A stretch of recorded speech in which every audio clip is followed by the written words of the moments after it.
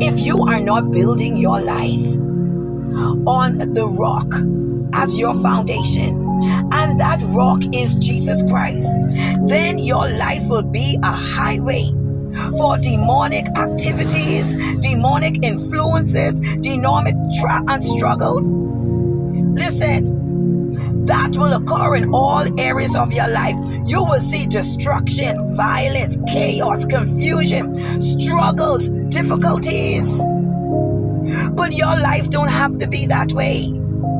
Turn back to God, and He will restore everything that you've lost.